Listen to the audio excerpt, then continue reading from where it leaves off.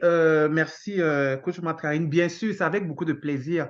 Je suis dans un environnement où vous ne faites que partager depuis le début de ce Zoom. Donc, je ne vois pas pourquoi moi, je pourrais me retenir de partager si ça peut aider une personne. Alors, je vais dire que j'ai commencé dans le cadre de mon projet entrepreneurial, je vais timer, hein, à vouloir travailler en fait sur les dons et les talents que j'avais. J'ai commencé ça en novembre 2022. J'ai toujours été une passionnée de cuisine depuis ma tendre enfance. Et tout ce que j'ai toujours fait a été très apprécié par l'entourage.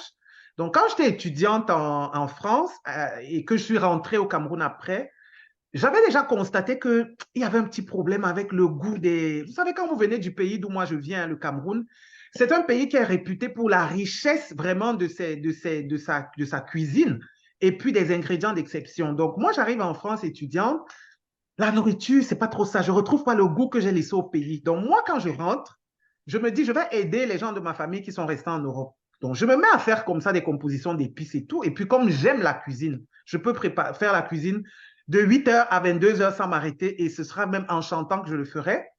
Je fais ça et ça marche. Alors, quand je fais mon programme de transformation, où on me fait découvrir quels sont mes talents et mes dons, parce que je dois dire que je ne les connaissais pas, il a toujours fallu que j'aille me former pour réussir à découvrir quels sont mes dons et mes talents. Parce que beaucoup de gens ici, Dieu ne crée, retenez une chose, Madame Paulette l'a dit, Dieu ne crée, n'envoie personne sur terre sans don ni talent. Même l'illettré qui n'a jamais fait l'école primaire ou bien qui n'a pas atteint un niveau du lycée ou du collège a un don et un talent. Mais si vous ne savez pas quel est votre don, il y a des personnes qui peuvent vous accompagner pour ça. Et c'est ce que moi j'ai fait. Et on m'a dit, ton don, ton talent se trouve dans la cuisine. Ce que tu as l'habitude de faire là, essaye de le faire. Donc, qu'est-ce que j'ai fait? J'ai recommencé ici avec les épices du pays que j'avais à faire des compositions. Et voilà, à essayer de commencer à la maison. Les enfants appréciaient. Et donc après, quand je suis rentrée dans le bootcamp, j'ai appris des choses. C'est-à-dire que notamment au niveau de, voilà, comment je veux dire, c'est pas la validation du produit, mais que c'est important il était important pour moi de requérir l'avis des autres sur le produit, de ne pas me limiter à ma maison. Donc, j'ai appris que c'était important de faire tester ces produits de façon gratuite à l'entourage. C'est-à-dire que ça peut être votre entourage un peu lointain, mais faites tester par des personnes qui ne vont pas vous dire, écoute, c'est bon juste parce qu'elles ont envie de vous plaire. C'est vraiment des personnes qui peuvent vous donner un compte rendu fiable. Et c'est ce que j'avais fait. J'ai donc composé des épices, j'ai refait plusieurs formules des recettes, j'ai fait tester. Vraiment dans tous les pays du monde, Allemagne, Canada, partout, j'ai posté et tous les retours étaient unanimes. Alors, après le bootcamp, quand je commence à faire le cours de e-commerce, la coach Matt Karine parle de l'excellence, travailler la qualité de votre produit. Et je me suis remise à travailler. Je vous assure que j'ai fait au moins 20 fois des recettes différentes pour obtenir la formule définitive. Et quand j'ai obtenu la formule définitive, toujours grâce au cours de e-commerce, j'ai compris que pour investir dans le domaine, c'est-à-dire que de l'agroalimentaire en Occident, il y a des règles, des obligations légales que vous devez remplir. Par exemple, vous devez faire ressortir les valeurs nutritionnelles de votre produit pour les 100 grammes. Donc, je suis allé dans un laboratoire, j'ai fait les tests pour les 5 produits différents. Chaque produit faisait l'objet d'un test. Vous avez aussi dit qu'il y a quelque chose que j'ai aussi appris. J'ai appris beaucoup de choses dans la formation de e-commerce, tellement. Mais ce qui m'a marqué le plus, c'est vraiment cette exigence sur la performance. Il y a quelque chose que vous dites toujours. Nous, les afro-descendants, on a un problème. Parfois, on a des bons produits. Et parfois, on sait faire les choses, mais nous préférons la facilité. Nous refusons le travail acharné. Nous refusons de passer des nuits blanches. On refuse d'aller au fond des choses pour se positionner dans l'excellence. Ceux qui le font, les produits indo-pakistanais, les produits caucasiens, ils ne font pas la sorcellerie ni la magie. C'est le travail qui permet.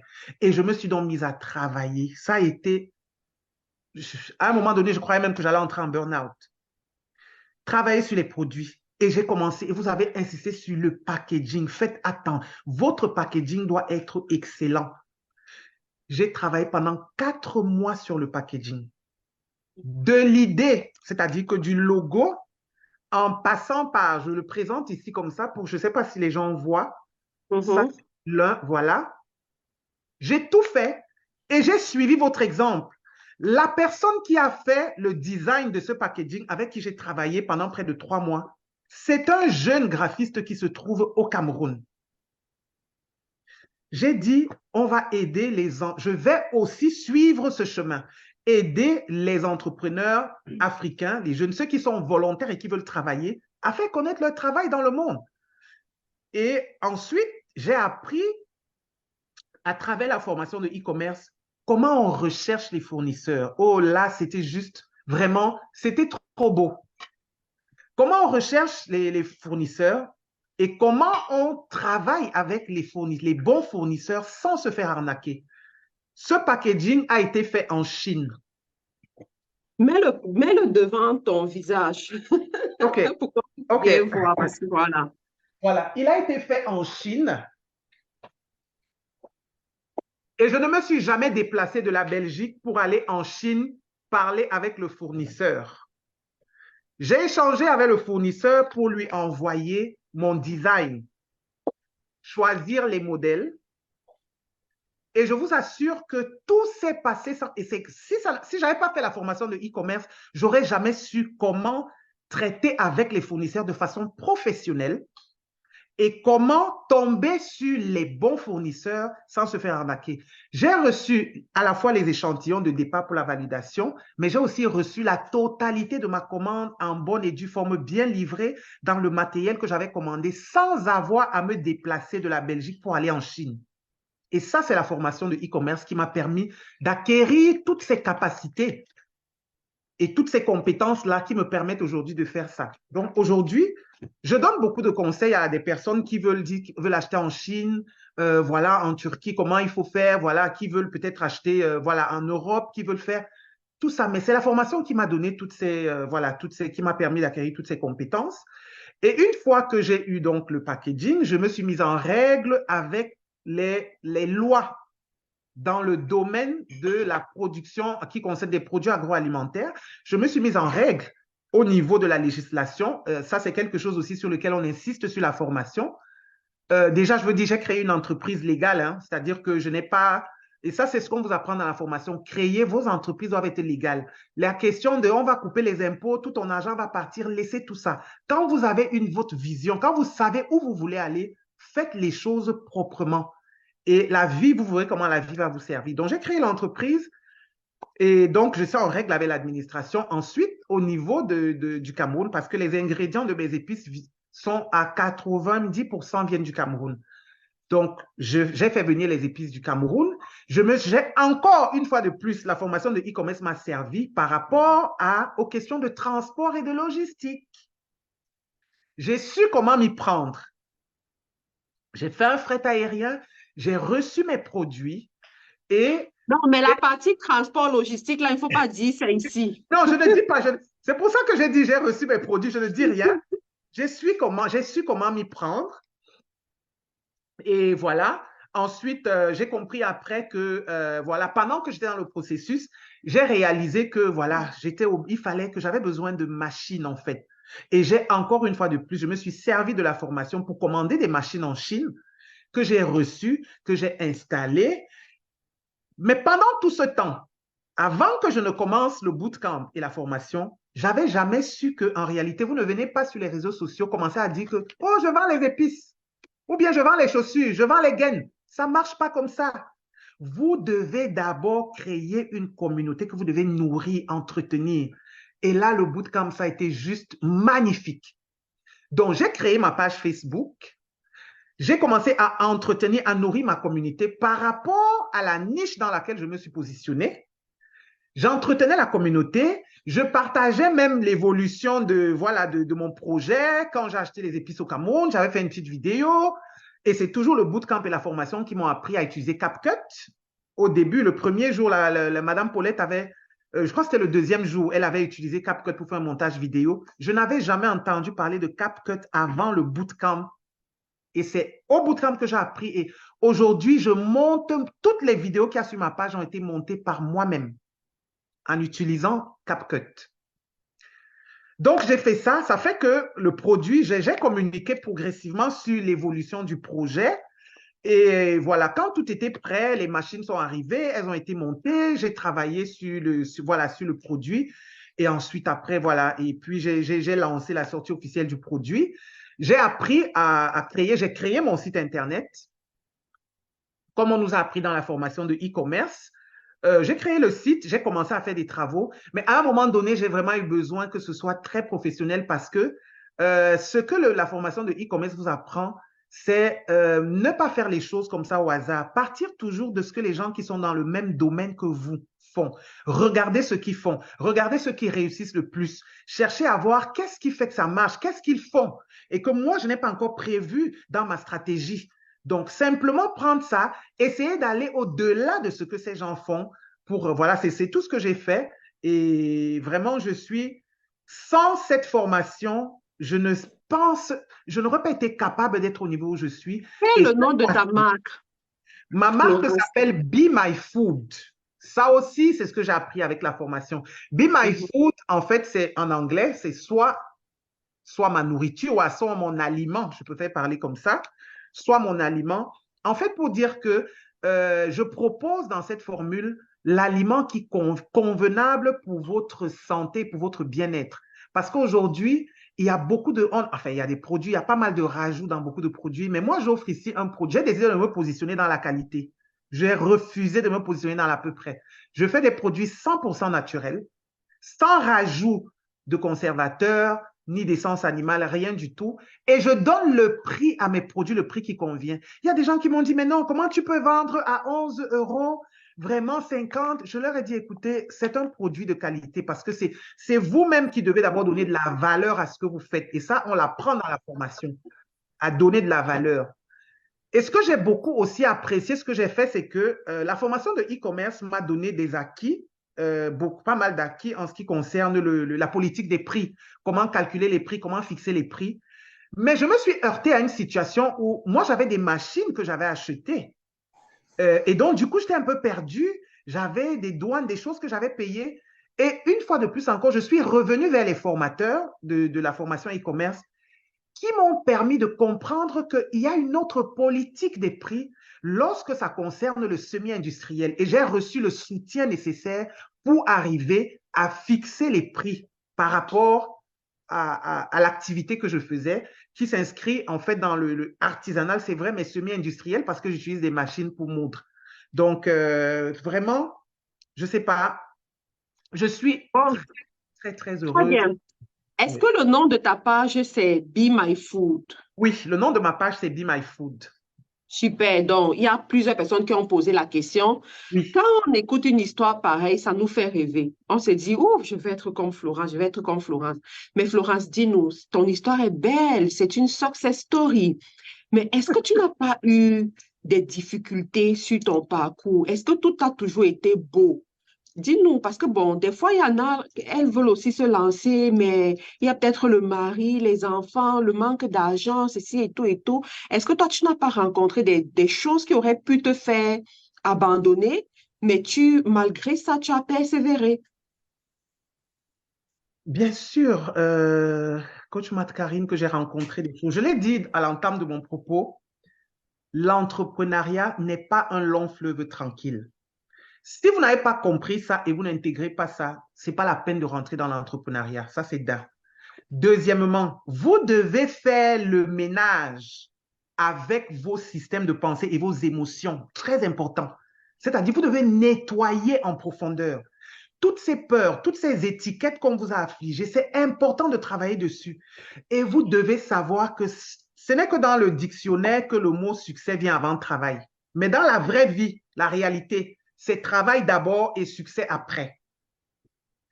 Donc, la première chose, heureusement pour moi, j'ai travaillé suffisamment sur mes émotions. sur mes pensées, mes croyances limitantes. Mais même comme ça, vous savez que le petit démon, là, parfois, ça revient dès qu'il y a une petite difficulté. J'ai rencontré pas mal de difficultés sur mon chemin. Par exemple, les délais, la question des délais. Des reports. Vous commandez, par exemple, une machine en Chine. C'était prévu d'être livré le 10 novembre. Ben, on vous informe que non, ça ne peut pas être livré le 10 novembre, ça sera livré le 30 décembre. Ce n'est pas une raison pour s'arrêter, pour ne pas continuer. Vous devez faire autre chose qui vous permet d'avancer dans votre projet pendant que vous êtes en train d'attendre les machines qui arrivent. Au niveau du Cameroun, par exemple, pour les épices, on vous dit qu'il pleut pendant une semaine. Donc, pas moyen. Vous savez, quand on achète des épices, ça doit être sec, il faut les laver. Vous ne pouvez rien faire. Mais vous n'allez pas vous arrêter. L'argent s'est perdu. Vous n'allez pas vous arrêter. Bien sûr, donc vous rencontrez des difficultés.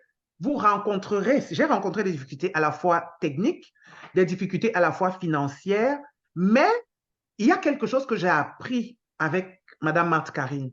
C'est chaque chose, ça dit qu'un pas chaque jour. Ne pas s'arrêter parce qu'on veut regarder le résultat. Il faut regarder le processus. Et le processus, ça signifie, c'est un pas après l'autre. C'est pas deep, c'est pas un grand bond. Méfiez-vous, si vous arrivez à faire un grand bond, c'est dangereux. Faites un pas, un petit pas tous les jours. Même si vous tombez, relevez-vous. Rien plus que la résilience, la persévérance. Il n'y a rien d'autre qui va vous permettre d'atteindre les résultats. Mais comme je m'étais fixé des objectifs, j'avais appris à me fixer des objectifs, même quand je tombais, je rencontrais des difficultés, je tombais, j'essayais de me relever. Et j'ai aussi appris une chose de vous, Madame Marthe-Karine, j'ai appris quelque chose, la loi de l'association. Je vous assure, tous ceux qui pensent là que je vais devenir entrepreneur, je veux faire, il faut l'argent, tu n'as pas. Mais tu as quelqu'un avec qui tu peux t'associer. Madame Paulette a parlé tout à l'heure de son entreprise où elle s'est associée avec un ami. Ça doit nous interpeller parce que je suis aussi concernée. N'hésitez pas à vous associer, mais ne vous associez pas à n'importe qui, s'il vous plaît. S'il y a quelque chose que je voudrais dire ici, faisons attention à qui nous fréquentons. Parce qu'il y a un grand professionnel du développement personnel américain, je crois que c'est John Rim, quelque chose comme ça, qui dit « Vous êtes la moyenne des 5 personnes que vous fréquentez. » Depuis novembre 2022, je ne peux pas vous dire que j'ai parlé à plus de 5 personnes de ma famille. Les gens avec qui j'avais l'habitude de passer 3 heures de temps quand je rentrais du travail avant, ont fait et ont défait le monde. J'étais au courant de toutes les histoires de Facebook. Maintenant, parfois, je suis même surprise. Dernièrement, excusez-moi, j'ai entendu parler le sous-préfet de Gawaboula. J'ai dit qu'il a fait quoi? Je suis pourtant sur Facebook tous les jours pour faire mes publications. J'ai supprimé de mon compte tout ce qui ne me sert à rien. Je suis sorti de tous les groupes inutiles. J'ai concentré mon attention sur la lecture et sur l'apprentissage personnel. J'écoute les enseignements en vidéo. Je ne fais plus jamais rien sans oreillette. Toute l'année 2023, je vous assure, je suis de formation en formation. J'ai décidé, j'ai vraiment drastiquement changé mes habitudes de fréquentation surtout de fréquentation. Et j'ai eu la bénédiction d'être dirigé vers une association, permettez-moi que j'en parle ici, qui s'appelle FDE. Et ça a juste été l'apothéose. Parce qu'avec FDE, vous n'avez même pas la chance de vous livrer à n'importe quoi. Je ne fréquente plus, depuis 1 an, je ne fréquente pas des gens qui ne sont pas travailleurs, des gens qui ne sont pas dans l'entrepreneuriat, des gens qui ne sont pas dans l'investissement, des gens qui ne sont pas, comment je veux dire, c'est-à-dire qui ne font pas attention aux actes qu'ils posent dans la vie. Je ne fréquente plus des gens qui ne sont pas capables de donner aux autres.